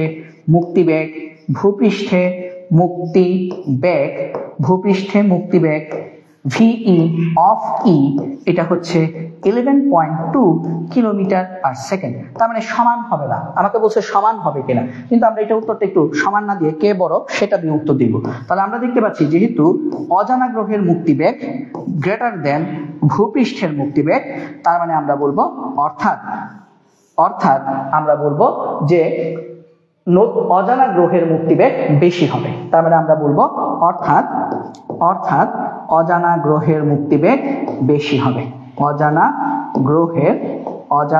গ্রহের মুক্তিবেগ বেশি হবে। এখান থেকে আমরা এই উত্তরটা পাচ্ছি যে আমাদের অজানা গ্রহের মুক্তিবেগ বেশি হবে। ঠিক আছে।